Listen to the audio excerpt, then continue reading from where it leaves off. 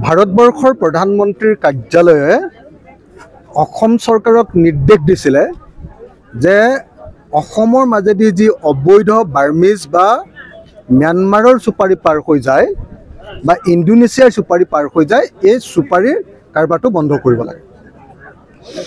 এই কাৰণে দিছিলে যে চুপাৰিৰ মাজত চুপাৰিটো যিহেতু ইণ্টাৰনেশ্যনেল বস্তু এটা আৰু যিহেতু ক্ষেত্ৰত ভাৰত চৰকাৰৰ লগত ম্যানমাৰ বা বাৰ্মাৰ চৰকাৰৰ চুপাৰিক লৈ কোনো চুক্তি নাই, গতিকে অসমলৈ বা ভাৰতলৈ চুপাৰি আহিবই নোৱাৰে। সেইকাৰণে কি কৰে, কাষ্টম ডিউটি ল'ব নোৱাৰে চুপাৰিৰ ওপৰত। কাষ্টম ডিউটি ল'ব নোৱাৰাৰ কাৰণে কি হয়, ইণ্টাৰনেশ্যনেল চেকিংটো নহয় চুপাৰি।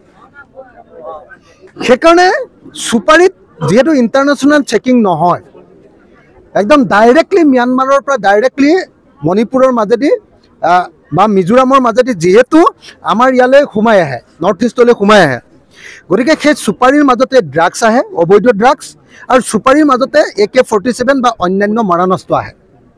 সেইকাৰণে কেন্দ্ৰীয় চৰকাৰে নিৰ্দেশ দিছিলে যে চুপাৰিটো কোনো পৰ্যায়ে আহিবলৈ দিব নালাগে, কাৰণ চুপাৰিৰ মাজেদি যি ড্ৰাগছ আহে, চুপাৰিৰ মাজেদি যি বন্দুক বাৰুদ আহে, বোমা আহে, AK-47 আহে, এইটোৱে গোটেই ভাৰতবৰ্ষৰ সাৰ্বভৌমত্বৰ কাৰণে ই এটা অত্যন্ত ভয়ংকৰ ঘটনা। কিন্তু তাৰ পাছতো অসমৰ মুখ্যমন্ত্ৰী হিমন্ত বিশ্ব শৰ্মা নামৰ মানুহজনে এতিয়ালৈকে সম্পূৰ্ণৰূপে অসমত চুপাৰি বন্ধ কৰাৰ ব্যৱস্থা গ্ৰহণ কৰা নাই। অসমত প্ৰত্যেক দিনাই চুপাৰিৰ গাড়ী এতিয়াও ধৰি আছে, অবৈধ চুপাৰিৰ গাড়ী ধৰি আছে। আৰু আমি সকলোৱে জানো যে এই কামটো মহন্ত নামৰ এজন চিণ্ডিকেট মাষ্টৰে এই কামটো কৰাই আছে। অসমৰ যিটো নেশ্যনেল হাইৱে আছে, এই নেশ্যনেল হাইৱেটো পাৰ কৰি দিয়াৰ দায়িত্বটো হৰেণ মহন্ত নামৰ এজন চুপাৰি মাষ্টৰে এই কামটো লৈ আছে। এতিয়া কোনো টিভি, কোনো বাতৰি কাকতে হৰেণ মহন্তৰ নামটো নলয়।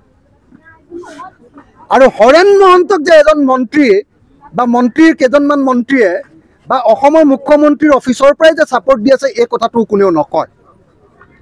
অৰ্থাৎ অসমৰ মুখ্যমন্ত্ৰীৰ কাৰ্যালয়ৰ পৰা আৰু কেইজনমান মন্ত্ৰীৰ তত্বাৱধানত অসমত আজিৰ দিনটোতো ভাৰতবৰ্ষৰ প্ৰধানমন্ত্ৰীয়ে বন্ধ কৰি দিয়া চুপাৰি চিণ্ডিকেট আজিৰ দিনটোতো চলি আছে। আৰু চুপাৰিৰ ভিতৰত এতিয়াও ড্ৰাগছ আনি থকা হৈছে, চুপাৰিৰ ভিতৰত এতিয়াও AK-47, AK-56 আৰু অন্যান্য বোমা বাৰুদ আনি থকা হৈছে। আৰু চুপাৰিৰ টকাৰে এতিয়াও অসমৰ আৰু উত্তৰ পূৰ্বাঞ্চলৰ উগ্ৰপন্থী সংগঠনে এতিয়াও সশস্ত্ৰ সংগঠনে এতিয়াও পইচা পাই আছে। গতিকে মই ভাবোঁ যে ভাৰতৰ সাৰ্বভৌমত্বৰ কাৰণে চুপাৰি এই কাৰবাৰটো এটা ভয়ংকৰ ঘটনা। কেন্দ্ৰীয় চৰকাৰে ইতিমধ্যে এই কথা কৈছে, কিন্তু অসমৰ বিজেপি চৰকাৰে পইচাৰ লোভত, টকাৰ লোভত, 2 নম্বৰী টকাৰ লোভত এখন ট্ৰাকৰ পৰা 12 লাখ টকাকে লৈ এখন ট্ৰাকক নেশ্যনেল হাইৱে পাৰ কৰি দিয়াৰ দায়িত্ব লয় হৰেণ মহন্ত নামৰ চিণ্ডিকেট মাষ্টৰজন।